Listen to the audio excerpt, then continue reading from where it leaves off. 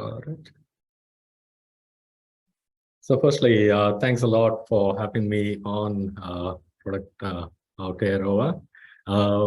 David, thanks for the kind words. The pleasure was mine too to work with you over those years. It was in the previous startup we both paths crossed really. And it was great fun because David's one of those people who likes to, he brings a different perspective to things. He brings a different question into the equation, and that's really useful. What you don't want in a product team is everyone thinking on the same lines. And one thing I've learned through 20 years of working in product is it's always a two-way street. It's not just me sharing some of my experience, but you also constantly learn as far as you open a product. So I'm sure all of you who are looking forward to a long career in product, yeah, it's just being open all the time, not closing off that mindset. This talk came about because David and I met about a couple of, couple of months ago, and we just caught up over coffee, and I was talking to him about some of the things we were doing and some of the things we had to shut down in order to move forward. And he said, you know what, that's a great topic. I think lots of people don't cover it. Would you be willing to share that topic with others? And I said, absolutely, no problem. I'm always keen to share knowledge. So I will now share my screen. And I'll take you through a series of slides. Let me know once you can see this.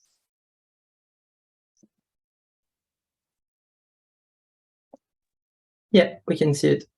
Okay, perfect. So now I have to warn you, I'm using Canva for the first time. I just like the platform, so I'm poking around with it, but it's good so far. What better time than presentation to figure out, right? It's not like things don't go wrong in demos previously. Anyway, jokes apart, like I said, this topic is about product sunsets. Now, for most of us product people, we are really keen on building new stuff, expanding it, growing things, and so on. And sometimes through that process, we get trapped in things like becoming a feature factory, putting in too many layers onto a product. So what I'm going to talk about today is multifaceted. One is about retiring entire products. How do you go about taking a product that's in market, which has customers and so on? How do you plan the retirement of the product, and how do you communicate, and all those aspects? But in another layer, it's also about how do you take a part of an application that's successful, but probably it's evolved a different way, and just retire a part of the application. These may be because of external factors, or it may be because of internal factors like the work that you're doing. So with that, let me get started. David's already introduced me, so I'm just going to skip from here. But mainly what I do is I've been in the product and engineering discipline for about 20 years now. I've been in IT for about 25 or so. And I've had the pleasure of working in corporate, small businesses, and mostly startups. And that startups is where I think, because you have to wear so many multiple hats, I'm hooked on to startups, really. That's the main thing. Other than that, I've grown and built product and engineering teams. I'm an early advocate and a follower of Agile and lean startup philosophy, and also UML. And the big thing I would say for product people is, this is something I keep learning over and over again.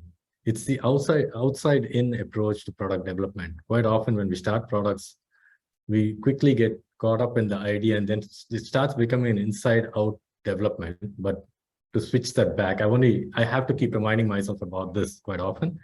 And I was a developer in my early career, so I'm able to understand both people and teams, and that has helped me a lot through the career.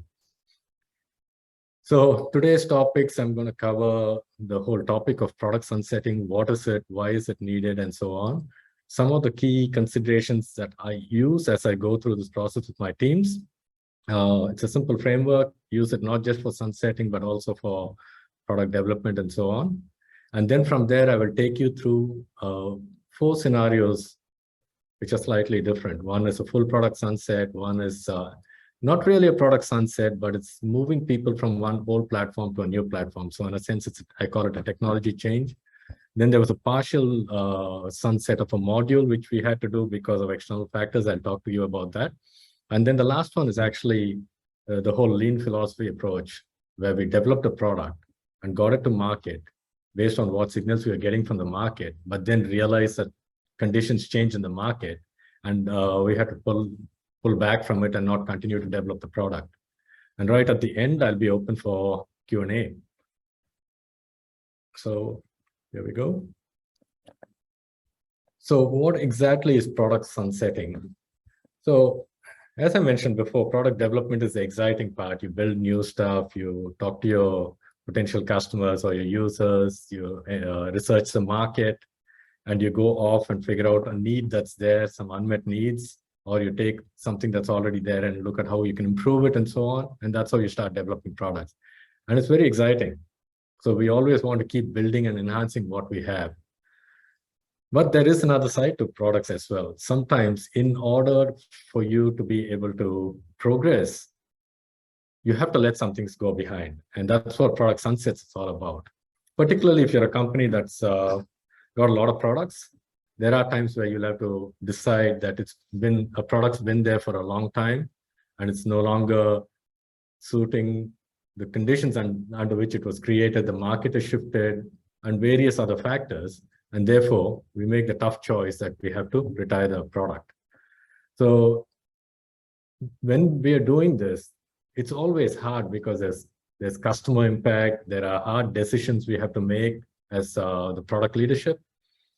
Then you go on to things like, it's sometimes, development teams that have put in a lot of work into it, product development teams, not just engineers. It is hard to let go and then move to something else. For sales teams, they're concerned about what does this mean for my customer base, particularly if if you have a large platform and you're just letting go of one part of it. And again, that becomes more challenging if you have a fixed price model. And from the fixed price model, you are reducing a part of the product. It brings up questions like, do you need to give a discount because you're taking something off? Or do you wrap it as we are not going to do a price increase for the next little while, or give them something else as a sweetener in exchange for what you're removing from them? So it all depends on what kind of products and how your product is sold and priced. Other things is the marketing team. You have to consider that when it comes to the marketing team, there is a whole campaign about retiring products as such. And of course, your support team as well, because as soon as you retire something, how much ever communication you do, at the end of the day, your some customers are going to miss the communications and probably come back and ask what's happening with this. We see this all the time. You're never going to be able to catch 100% of the people and be able to effectively communicate to all of them. Okay. So I've got a line down there. Even the product titans such as Google and Microsoft, or basically product companies, have tons of products. Even they have to face the reality of product sunsets. The interesting thing is, so someone's created a couple of open source projects that track the products from Google and Microsoft that have been sunsetted. And let me just move this. Yep. And so the first one here is, there's a site called killedbygoogle.com. If you go there, you'll notice that they have 275 products that they've killed over time. Some are actually slated now and going through the process of retirement. More recent ones, I just put a few icons here. One is Picasa, in case some of you know that it morphed into Google Photos. Google Hangouts got changed to Google Meet recently. And the other one is Google Expeditions. I use a lot of Google examples because currently the work I do is largely in the Google space. And so these are all things that I saw happening recently. But if you look at the number, 275, it's a combination of apps, services, and so on, right? On the other side, our friends at Microsoft, they've also been killing stuff. They've got about 148 that are tracked on this website. It's called killedbymicrosoft.info. And so you got a combination of apps, services, operating systems. Thank God Windows 95 and is not there anymore. And things like hardware as such. I'm not sure how many of you recognize some of the icons sitting out here, but that's MSN Messenger. It's from the dinosaur period, I think. There's Internet Explorer, which is no longer around. And I just put a couple of icons here of Zoom and Groove. most people didn't even know what it was. It was those products were released and never really got any traction as such.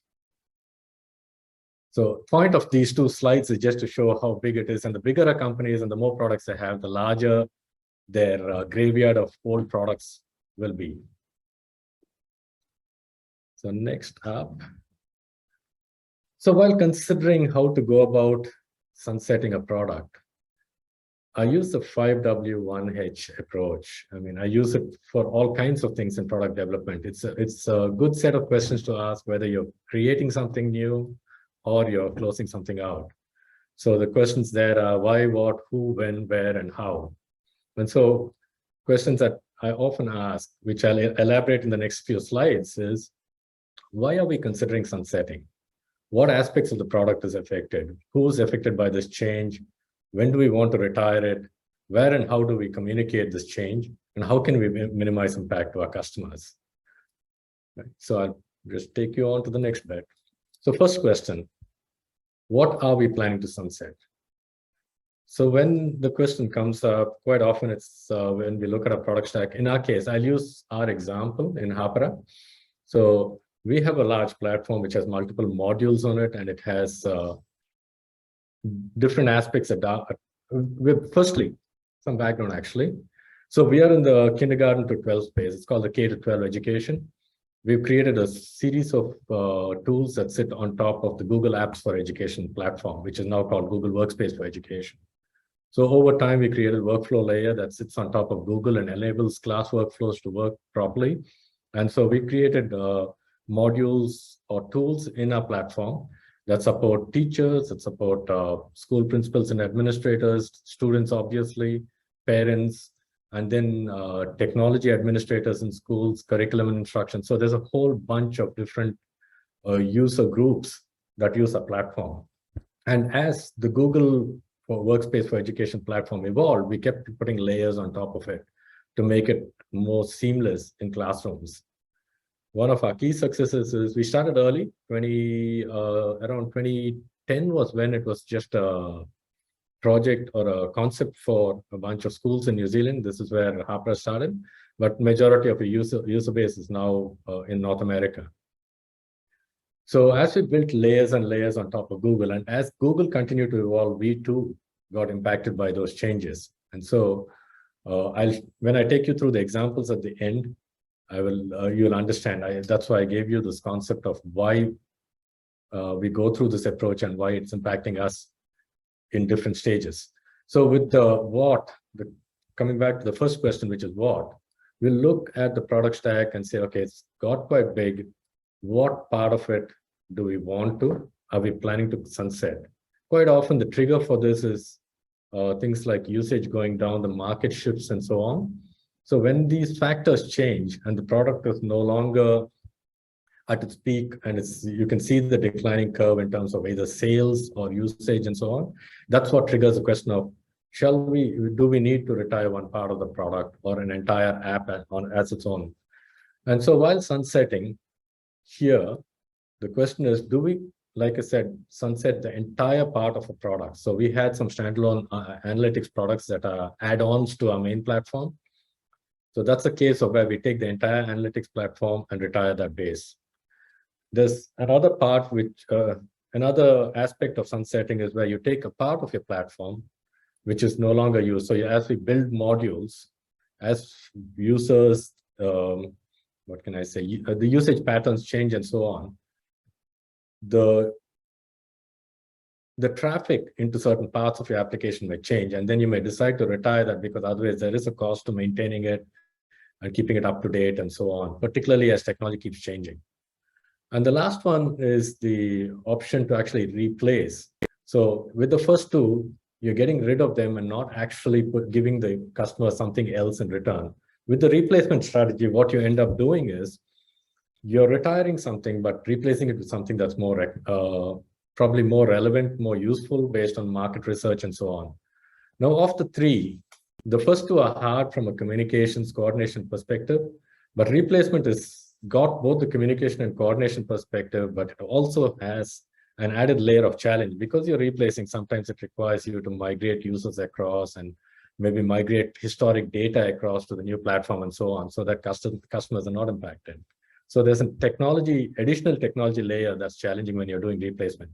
So when you're considering the what, see if it's a whole product, it's a part of a product, or it's actually a replacement strategy that you're using. Once you've figured out what it is that you want to get rid of, then you start going to the next questions. So one example before I move on, I'm not sure if you people are aware. Again, like I said, I used a lot of Google examples here. So Google's recently come through and said they had a platform called Stadia, which was going to be the online gaming platform. It had hardware and all kinds of things. They obviously set up the platform like many other products or ventures. It did not quite get the traction that they expected, and it was not able to compete with other gaming platforms. So in September this year, they announced that they were going to retire it. And they're actually going to retire it in Jan 2023. One of the key things, of course, this is Google. Customers have purchased hardware because you need hardware for this platform, and then they purchase games and all that, and suddenly they're getting 6 months to retire. What Google's doing in this case is doing a full refund for anyone who's purchased things through the Google Store. Obviously, someone like Google has the funds to do it. Some of us might not have that luxury, which means we'll have to plan how and what we're retiring and understand the impact of it, including whether it's refunds or cash flow issues before we make the decision to retire. Next step is, once we've decided what we're going to retire, the next question is why. Make sure we understand why we're retiring it. Sometimes we think, so has the market changed? Has the markets, I've spoken about it before, market conditions have changed, market trends have changed, usage patterns of customers have changed. What was once a problem is no longer a problem, or potentially a new, there's another solution out there which has got more of the market share. And for you and your product to catch up, it's not in your sweet spot. It was just an add-on that you built up on the side, but this is not your main focus of your product. You have a vision to drive your product in a different direction. And so you might have to make the choice that, nah, we do not want to chase this aspect of the product. There are others who are playing to it now. We're going to continue to focus on our main focus. So that's one. So where either market shifts happen or usage changes happen. The other question is, of course, your cost and your return on investment. Obviously, maintaining products has a certain cost involved in it. And, we can't continue to keep a product going where its usage, like I said, usage and sales is declining, but the cost of maintenance continues to be remaining the same. Cost of running the service and, having a team to support it continues to be the same. In our case, for example, sometimes we decided, you know what, if we take that team and redeploy it to something else which we have in our future roadmap, it may be a better use and we get better return on investment for the amount of money we're spending on the product. And we found that we could also retire it because of declining usage. So, I've spoken about the lack of usage as such. When you're looking at usage, we look at things like the breadth of use. So that's how much of your customer base is now using that product. It may have started with a large customer base and it's starting to decline. So it gets the number of people in your platform who are using that aspect of the product is declining. And the other thing is how often they're coming in and using that. If it's a module, it's a nice candidate for seeing the breadth and frequency. If it's a product, again, you use the same approach, but it's slightly different. Considering things like monthly active users, daily active users, you look at these kind of trends and see what's going on. You also need to reach out to your sales team and say what's happening in the sales pipeline. Are there a lot of people who are still interested in this concept? What's going on there? So it can't be just from looking at usage purely. Usage is one metric, but you got to look at other metrics as well. So the metrics coming from your marketing and sales teams about the relevance of the product in the market. Next question that we'll look at is who is getting affected by this change? So here I'm using the term, you'll notice I've used the term users and customers. I come from the B2B world. So we sell a lot of my last two startups, both of them were involved in the business to business thing. So space. So what that means is we call the customer as the person who pays for and purchases our service. And the users are the people who are using the service as such. So for example, currently in Hapra, The person who purchases our service is actually the technology director in districts and schools and so on in our large customer base, and the users are the teachers and students.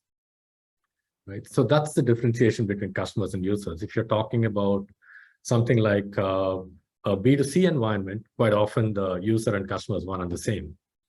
So when you look at the who, you're looking at users, which segment of the users are impacted by the plan to retire a product or module. Is it all the users? Is it just a subset of your platform users? Are they power users? Are they administrators? What is their influence in the market and so on? Again, from customers, you ask the same question: which of your customer base is impacted by this change? You got to be careful about how important it is. Sometimes you might have influential customers out there, and then you want to test whether it's going to have a negative perception of both your brand and noise that it creates in the market. These are all considerations you have to take into place. And most importantly, you should not forget your internal teams. Quite a lot of your internal teams are going to get impacted by this change. So don't bring them into the equation too late in the piece. Start involving them and collaborate with them early in the discussions. As you start thinking about and considering this, have your meetings with your account managers, your marketing and sales team, your support team, your customer success team, obviously your leadership and all that, but don't leave it too late and just inform. Don't just inform these other internal teams, collaborate with them and consult with them. It's important to do that. So next question would be, when are we going to retire it? So this is a tricky question. It's subjective because you know your market best. It's different. In our case, because we are in education, there are peaks and troughs in our use. And so what we do is we plan the retirement based on, for example, being in education, there's a clear summer holidays period when school is shut or education shut down. That's a nice candidate time for shutting it down so that in the new school year, they no longer have access to it, which means we have to plan about a year ahead and start communicating to our customers that in 1 year's time, we're going to get rid of it. Okay. So we have to find, for us, we find the least impact time is during those summer vacations, but we have to inform quite early. That's where the lots of notice comes into the picture. You don't want to tell them just before the end of year, because quite often in our customer base, they make plans for training their teachers and so on for use of tools for the new school year as new teachers come on. And if we drop a product sunset to them too late in the piece, it creates a lot of angst and stress to our customers. And the other thing you want to do is, as you plan, when you're planning to do it, plan your entire timeline of communication. The plan should be right from when you're going to first start communicating to them. What are the different steps of communication? How often are you going to communicate? And when is the actual retirement date? And also, what are your reminders and, to make sure that people are aware that you're coming up to the actual sunset. Give it enough time. When you can, give it enough time. There may be cases where that's not possible. You just have to find a different strategy to, in terms of the timing. Next is where. And so this where question is more like, where are we going to communicate this? What are the different mechanisms through which we communicate it? So like I said previously, prepare a nice timeline and a communication plan, but also have a robust plan which is multimodal. What we tend to use is where we put messages in-app to tell the people who are using it that we're going to retire the product. It might be the whole product where we use it as app banners saying, indicating when the actual sunset of the product is. It may be a module or certain functionality, even those. Then we place them not at the main source of the product, but actually in the areas so that only the users who come in and use the product are affected and are aware about the change. We don't want to confuse everybody with it. When you have a large platform, you may be taking only a small piece of it. In that case, I would recommend that you make your messaging in-app messages in that particular area, and you have a different communication mechanism, whether it's via emails, newsletters, and so on, that go out to, like I said, the customers and the key users as such. In terms of emails, like I said, there's monthly newsletters. You also want to sometimes target the customers. You don't want to go to your entire user base and inform them you're going to get rid of something when most of them might not be using it. So this comes into play again in modules.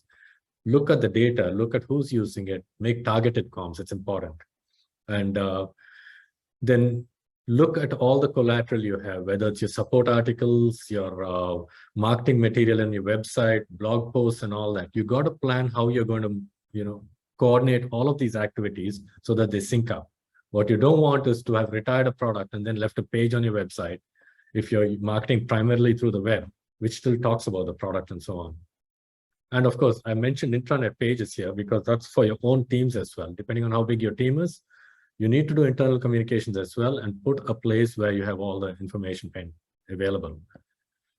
Now, how do you minimize impact? There's, you can stage the thing. Ideally, if you can, I would recommend staging it. Staging meaning you can try and test. There may be some products are easier, particularly whole products are maybe easier for you to retire. When you're retiring parts of a product, your team might miss some bits that are relevant. So if you stage it and you get some customers to be retired early, you can learn through that process and then expand it out to the rest of your community, user community. Synchronization is where you're ensuring that all your customer-facing teams are included in the planning. Like I said before, it's important that they understand what's going on. And then have a fallback strategy. Sometimes, just like when you do a release or an upgrade and you have a rollback strategy, if something goes wrong, even with a sunset, something could go wrong. Have a plan for what you would do if something goes wrong. And what if your customer did not see the communications? So even simple things like you get rid of an application which is typically served from certain URLs, replace it with some messages there so that it doesn't become a dead page as such. And like I said, in the worst case scenario, have a rollback plan. You might have to come back and have a second attempt at the sunset. So that's kind of the 5 W's and the 1 H questions that I typically ask. These are some of the thinking processes I go through it. I'm going to move into 4 examples now, and then we'll go to Q&A. David, just checking in, how am I doing for time? I know about how much time do we have? Got 20 minutes with the Q&A. Okay, awesome. Right.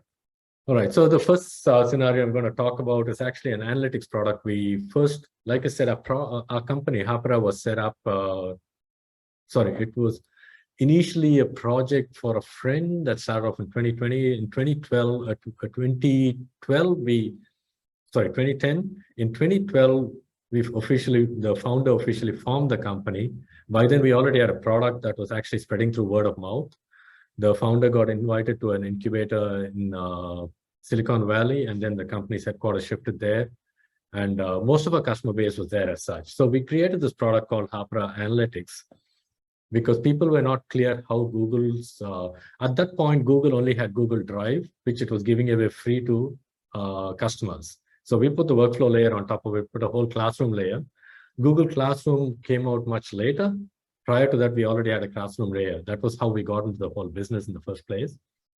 And so the analytics product came out of people asking, but I still don't know what's the impact. So these 2 graphs you're actually seeing here are graphs from our analytics product. It was quite a sophisticated product. It did a lot of data, analysis of usage streams in Google Drive. We were consuming a lot of Google's APIs. At one point, we were the largest consumer of Google APIs in the education sector worldwide. And we were consuming how often people were coming and using Drive and so on, splitting them up by teachers and students and seeing what the usage patterns were. And the product was so good that, but the product became included as part of in 2015, we made the decision to include it as part of our annual license. So instead of having it as an add-on, we included it in the product license. And the product was very unique. It was automatically aggregating all this information and calculating. And even Google actually purchased a license for this tool from us to give it to some of their pilot users to see what was actually happening, how people were using Google in their education space. So that was a real moment of pride for us as a company that Google's actually licensing our own tools.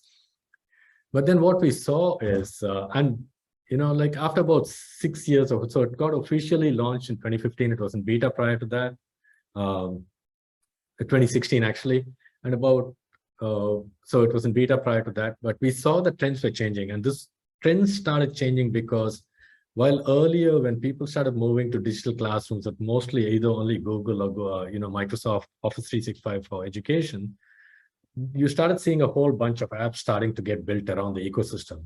And so now usage patterns no longer remained only on Drive. It could be Drive, it could be some other apps they were using out there, whether it's an LMS or something. And our analytics tool could only look into Google Drive as such. We did not have APIs we could access from other third-party tools. So it started giving a partial view of usage, but it could not give the whole picture. And another thing about it was that we were highlighting a problem. So for example, if you look at the graph lower down, when we typically ask customers, or customers used to think, oh, we rolled out Google and it's doing great. But what we started seeing is when we gave them our analytics tool, they realized that the usage is not that much and there are people dropping off and so on. So what you see on the bottom left is what you call a Sankey graph. It sees how people from high usage are going to low usage and so on. That's a good trend, by the way, there, because you're seeing the high usage grow up in this. But over time, it started declining as they went to other tools. So this was a challenging thing to do a full sunset, because firstly, it was the founder's baby. It was his idea. And so the first thing was the founder. That's why it took so many years to eventually acknowledge that with usage patterns changing, sales declining on the base of this tool. Remember, I told you it's part of the platform. So it was hard to split whether this tool was selling or not. But when I started polling the sales team, they said, nah, while it looks interesting, this is not why people are buying it anymore. And mostly it became expensive to maintain after a point. So we gave a 6 months lead time to our customers, and we retired it without actually replacing it with anything else. How did we manage this when it was part of the the annual license of the product? What we did is we said, we are not increasing price the following year. While prices are increasing, we are not increasing the price, and we are going to eventually replace this with a different usage tool based on what customers are asking. And again, key to this was because very few people were using this tool at this point, it didn't have a major impact. We could just go to only our active users and communicate to them. And so we retired it in July of 2021, after about 6 years in use. So that's a full sunset scenario. This is not the second scenario that I'm talking about is the technology change, but actually this technology change required us to move from one app to another app. Functionality was still the same. So, but we had been building things in Angular and we had to move to React. So we decided that having teams have to be proficient in both was slowing us down. And therefore we decided to make the cut. We went and built a whole new tool. So this was a full swap out. We had to make sure that no functionality was reduced when we did the swap out. So we spent some time building the tool, just the front end. We had to do just the front end change. Our backend remained, we continued to use our backend and services. So we did the full front end change. Then we identified a 1-week period where, because we are in both Southern and Northern Hemisphere, the school timings are different, the holidays are all different. We found a time, and in that, we went in on a weekend and did the cutover. It went quite seamlessly because we had other strategies of what happens if someone had a bookmark to the old URL because the entire URL changed. So we did auto redirects and so on. And that went quite smoothly. We had no problems with it as such. So in this case, when you're moving them from one to another, these kind of strategies of swapping out, looking at those defensive mechanisms. What if someone's bookmarked something and is going there? How do you redirect them automatically? Helped us out. And we had a 3-month communication plan via newsletters, in-app messages, and so on. And it ran smoothly, really. Then the third example is actually external factors. This again, the Google Blogger icon that's down there. Blogger was given to schools, but last year Google decided that they were going to retire some of the products for which impacted schools, because anyone below 18, they started taking away access to certain tools, particularly Blogger. And we had built a layer on top of Blogger. This was a case where we had to, what you're seeing on the top right there is our usage, our customer usage across different hemispheres. The red lines indicate our Northern Hemisphere customers, and the gray lines indicate our Southern Hemisphere customers. So what you'll notice is, let me actually, yeah.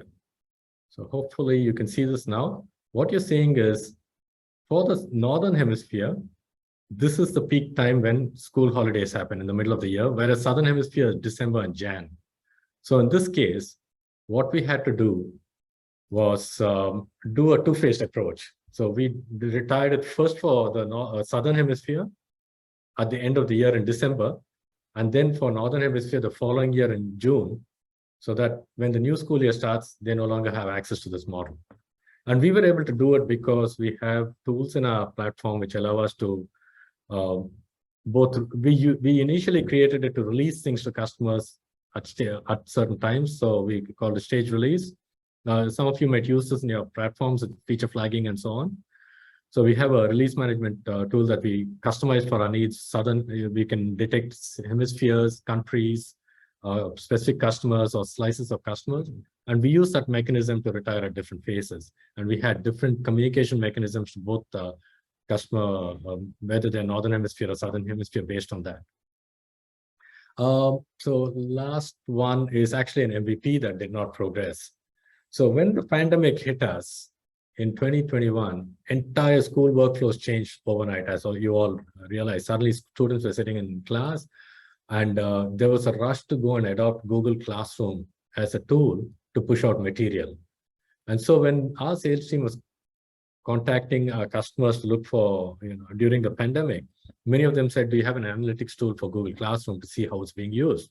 We said, that's a good idea. We had an analytics tool before. Let's see what we can build on Google Classroom. So we hit the APIs, built a analytics tool. But by the time we built and released it in beta, what happened is the new school year had started, and many countries by then had got used to the pandemic, realized it's going to be a long haul, and they started getting people back into classrooms. So because of that, it didn't quite gain the traction we expected. And because it was an MVP, we decided, no, we're not going to progress further into it.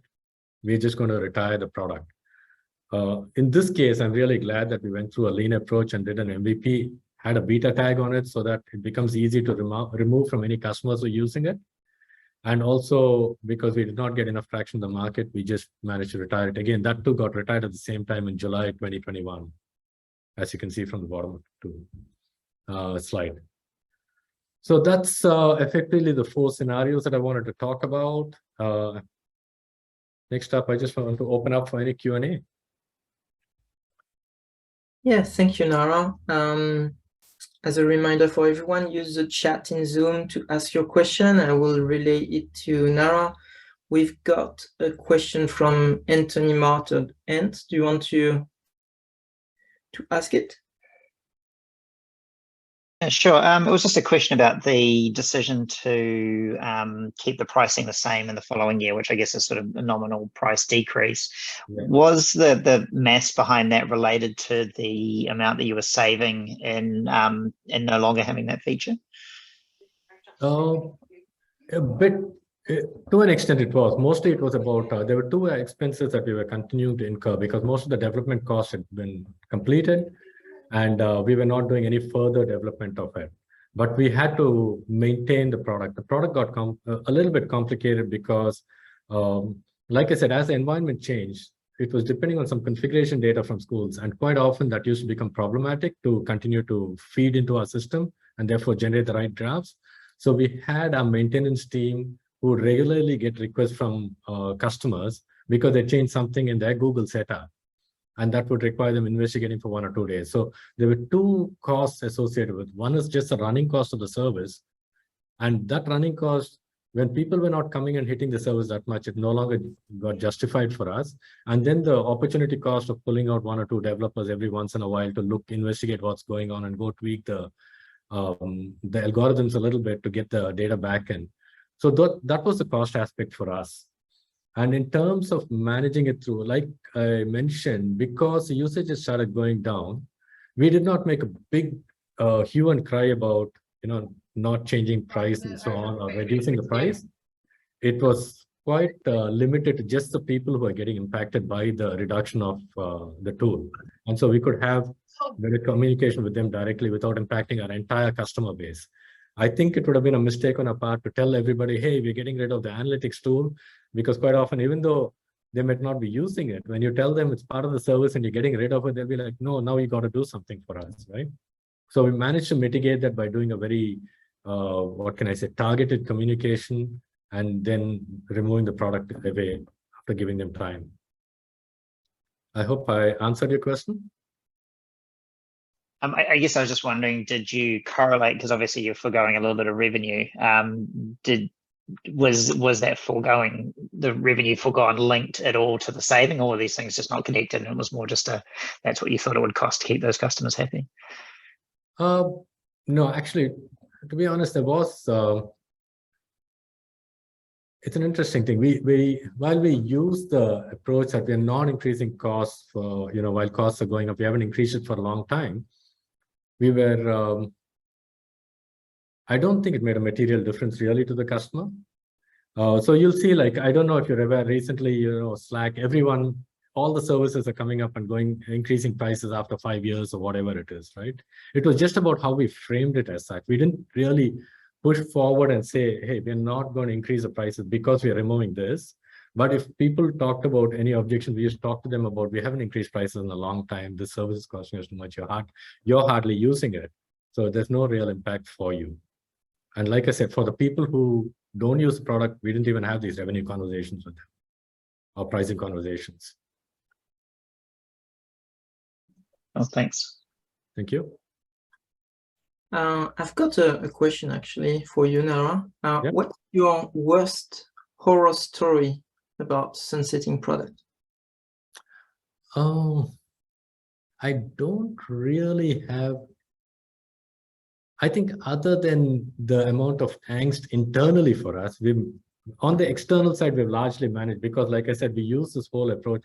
We are very considered and planned about it, right?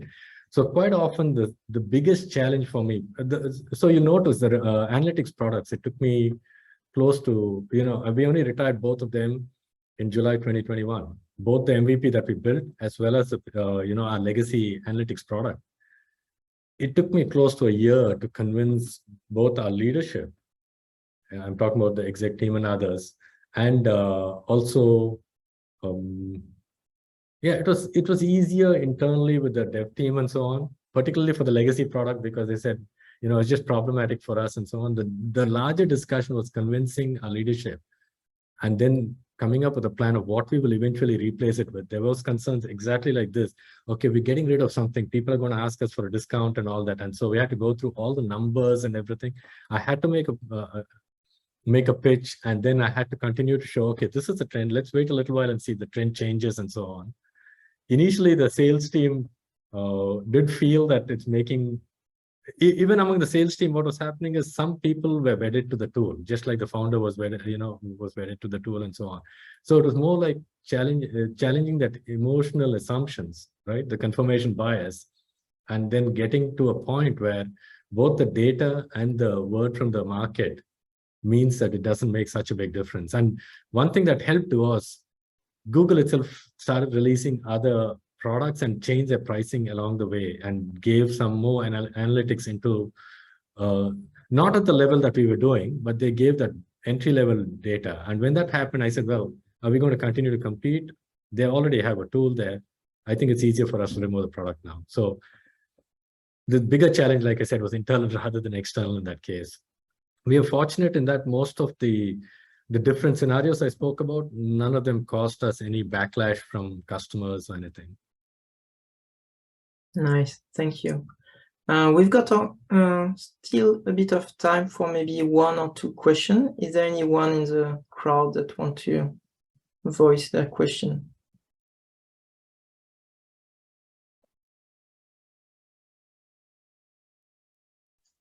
I've got a question. It's Tokes here. So it's an interesting topic, but I guess a lot of people won't have been through this by sunsetting a whole product. Do you apply the same thinking to sunsetting a feature or an aspect of a product that I mean, you touched on it briefly, but I guess the more common scenario is that, is it worth the pain of removing an unused feature, or should you just leave it there and not bother with it?